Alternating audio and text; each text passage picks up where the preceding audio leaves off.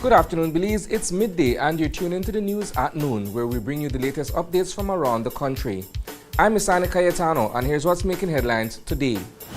From quiet warnings to public shaming, the Belize Tax Services Department gets tough. Tax trouble or system struggle? A funeral home owner speaks out. Bus owners call bluff on National Bus Company. This is guesswork, not planning. And Transport Minister Zabane drops names in National Bus Plan pitch. And cheers for change makers. Public Service Week begins with a bang. These stories are coming up in just 1 minute. In the face of tragedy, you depend on accurate and timely information. In times of triumph, you seek to be inspired. You demand transparency and accountability. Your desire is to know and to understand, to be heard and seen. I take pride in telling stories that safeguard communities. Your dedication and success live on through these reports. Getting to the truth is my duty. My unwavering commitment is to tell the stories that matter the most to you. I am News 5.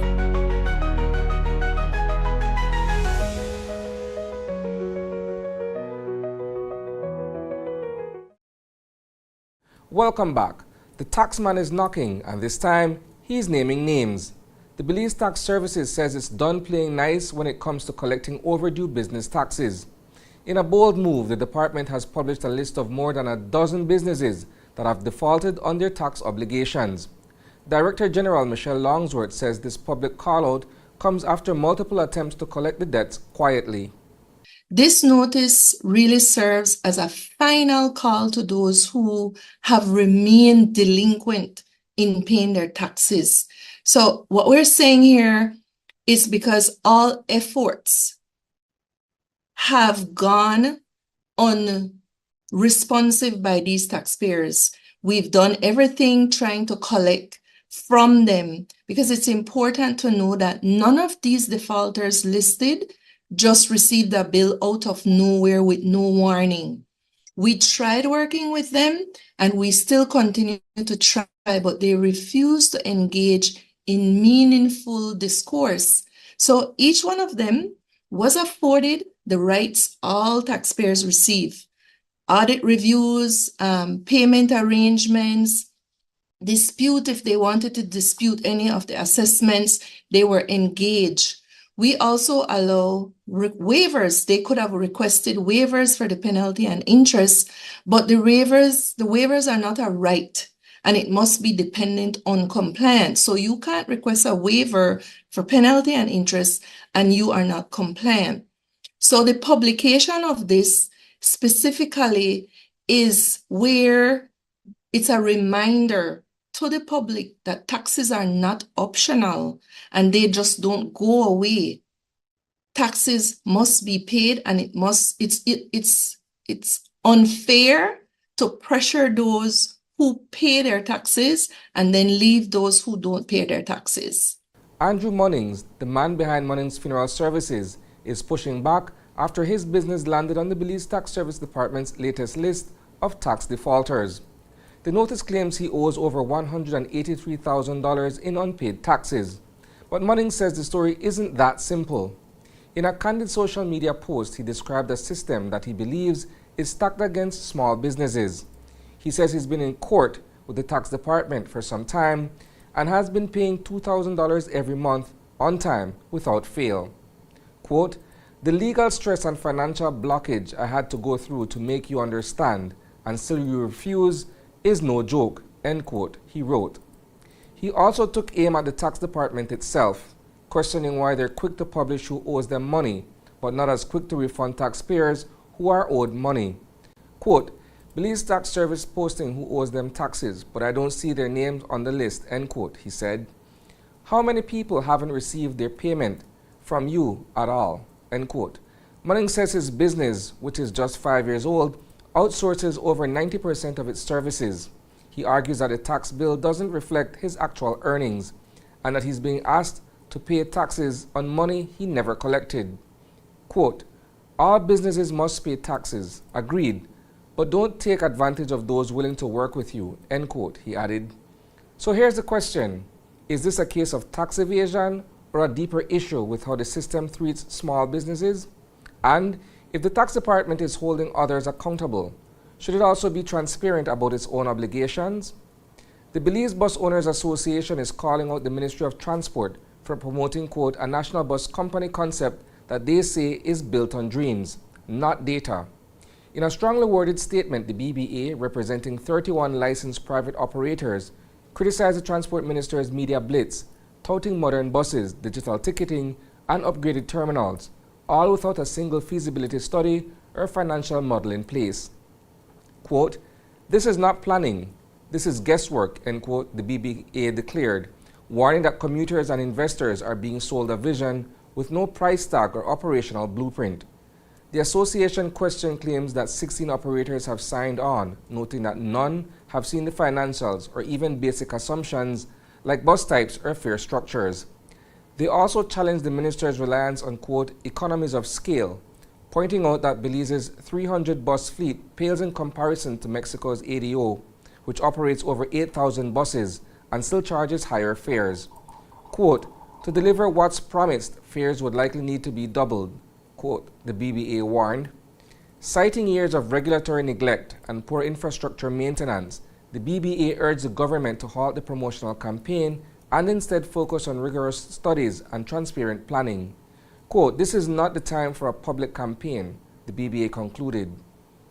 Complete the studies, show us the math, end quote. On Monday's edition of Open Your Eyes, Transport Minister Dr. Louis Dabane took to the hot seat to talk about the government's bold new vision for public transportation. We asked the big question on everyone's mind. Was there any real consultation behind this proposed transformation? The minister didn't just answer, he named names, listing several bus operators who he says are backing the idea of a national bus company. Was there any consultant or was there any expert in the area that was brought in to do an overall study and a feasibility assessment of this particular plan? I ask because when we talk to some of the stakeholders, they're saying, okay, nobody consulted me to find out what my input is on this particular proposal. It seems as if doors just being forced down my throat. And you keep hearing that from individual stakeholders who believe that there ought to be some form of public consultation or stakeholder engagement where this is concerned. Well, let me address that in two ways. First, I heard your guest last time saying that the Belize Bus, the 31 of them, and they put out a release the week before, are against the proposal.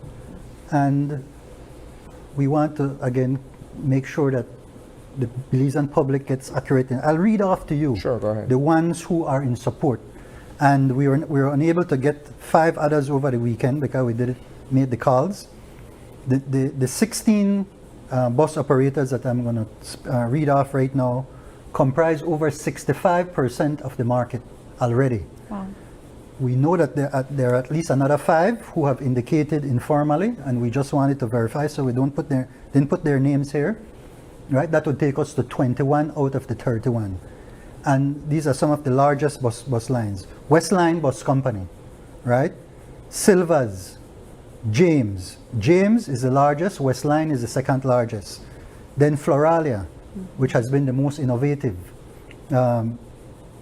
BEBB line, AJ's, D-Line, RDS, Cabrera, Armstrong, S&B, Paris Transport, Northern Transit, Fui Transport, U Paris Bus Line, V Paris Bus Line.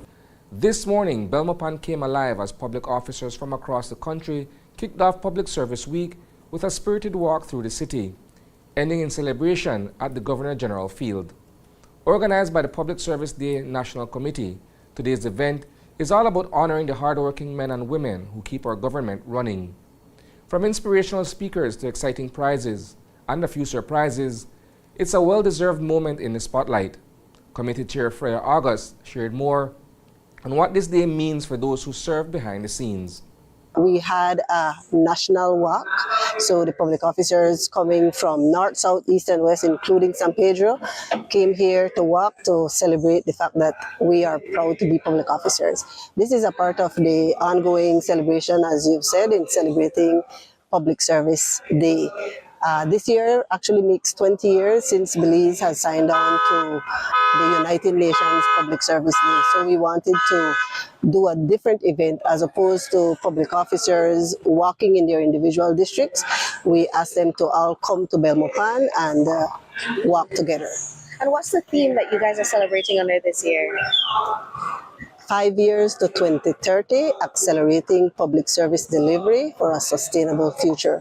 That theme was adopted from the UN. Each year we would normally have a theme competition, and that would be among the public officers. However, this year for the milestone, we decided to have a poster competition. That's a wrap for the news at noon, but don't worry, there's plenty more coming your way at 6 p.m. We'll dive deeper into these stories and more. In the meantime, visit greaterbelize.com and follow us on Facebook for real-time updates. And don't miss Open Your Eyes tomorrow morning for fresh takes on today's headlines. Thanks for tuning in, Belize. Stay informed, stay inspired, and have a fantastic afternoon.